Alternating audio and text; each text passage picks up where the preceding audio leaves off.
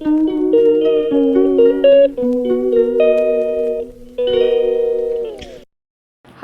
Hi friend, मैं कुमुद आपका अपने चैनल केडी सीरीज़ ब्लॉग में स्वागत करती हूँ। आशा करती हूँ कि आप सभी अच्छे होंगे, मैं भी अच्छी हूँ। आज है सोमवार का दिन।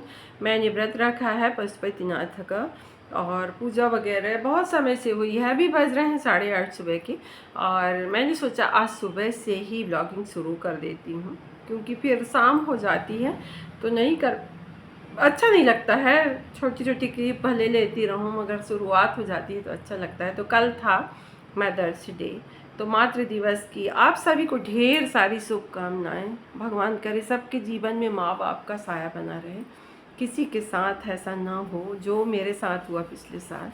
मेरी माँ है पर मेरे पिताजी चले गए। मुझे हर बार समय इसी बात का दुख होता है। और रहा सवाल माँ का, तो माँ के बारे में कुछ कहना किसी को भी, मैं आप कोई भी हो, माँ के बारे में कोई भी शब्द बहुत छोटे हैं। हम तुलना नहीं कर सकते, माँ की कोई कभी तुलना कर ही नहीं सकता। माँ के जैसा दुनिया में कोई कभी हो ही नहीं सकता, चाहे कुछ भी हो जाए। माँ सब की हो, चाहे मेरी हो, आपकी हो और तीसरे की किसी की हो, तो माँ माँ होती है। कल मैंने एक पोस्ट देखा, एफबी में किसी ने डाल रखा था, तो पोस्ट देखी रात में तो मैं इतना रोई। एक बंदर थी और अपने बच्चे को लेके रखी थी, उसको इतना प्यार कर रही थी, लौट लौट के उसको प्यार कर रही थी। वो पेड़ में चढ़े तो उसको उतार रही थी, उसको चलना सिखा रही थी, उसको हंसना सिखा रही थी। बंदर हंस हंस के उसके पास आ रही थी। और जब उसकी छोटी सी बंदरिया बच्चा जब चल रहा था रास्ते पे, तो वो रास्ते के कंकर पत्थर हटा रही थी। वो कंकर पत्थर हटाना देख के मेरे को इतना रोना आया कि मैं बहुत समय तक रोती रही कि माँ ऐसी होती है। जब बच्चे बड़े हो जाते हैं, माँ पैदा करती है बच्चों को बचपन से पेट में रखने से लेके और लास्ट तक, जब तक उसकी सांस रहती है तब तक वो बच्चों के लिए हमेशा वफादार होती है, कोई भी माँ हो। तो वही बच्चे फिर बड़े होते हैं, फिर माँ से प्रूफ मांगते हैं, पूछते हैं कि तुमने हमारे लिए क्या किया।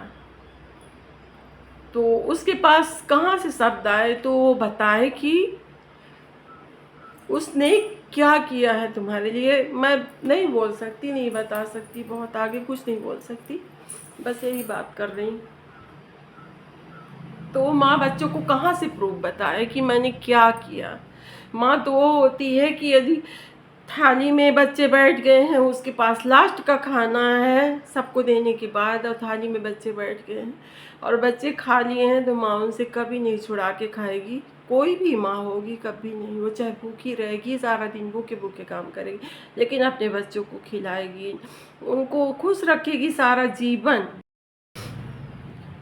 और माँ का होना ही बहुत बड़े सौभाग्य की बात है कि जिसके जीवन में माँ है तो वो बहुत ही सौभाग्यशाली है जिसके पास माँ है। हाँ, हालांकि हर व्यक्ति से गलतियाँ होती हैं, कभी कभी माँओं से भी हो जाती हैं, लेकिन वो ममता की दृष्टि से कभी गलती नहीं होती है, ऐसी बात नहीं है। और वो हमारा नज़रिया ठीक नहीं होता, हम सोचते हैं कि ये माँ गलती कर रही है, हम उनको अपने ज़रिए से देखना चाहते हैं, लेकिन माँ गलती कभी नहीं करती। खासकर जब उसके बच्चों के जीवन की बात हो तो वो तो कभी बर्दाश्त ही नहीं कर सकती, चाहे कुछ भी हो जाए, चाहे वो कहाँ कैसी भी हो, किसी तरह की भी हो। दुनिया में हर तरह के लोग होते हैं, एक ही तरह के नहीं होते हैं, हर तरह के लोग होते हैं, लेकिन वो बच्चों के प्रति अपने वफादार होंगे ही होंगे। तो चलिए, ये हुई मातृ दिवस की बातें।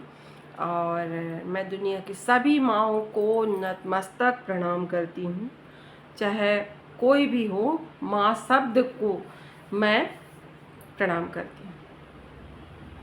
और अब आगे देखते हैं कि क्या करेंगे क्या नहीं करेंगे। घर के सारे काम पड़े हुए हैं, रोज़ का आंधी तूफान आता है, कुछ भी काम अच्छे से हो ही नहीं पाता।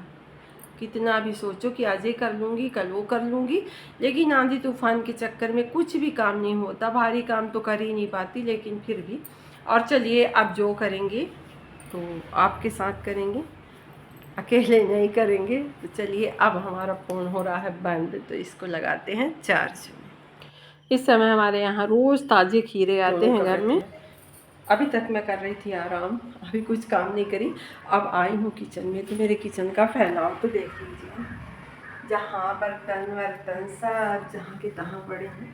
अभी कुछ नहीं करी, अब जाती हूँ किचन का काम स्टार्ट करूँगी और बेटे के लिए कुछ खाना पीना बनाऊँगी। तो खाने में क्या बना रही हूँ, चलिए आपको दिखा रही हूँ कि मैंने क्या बनाने की तैयारी करके रखी है।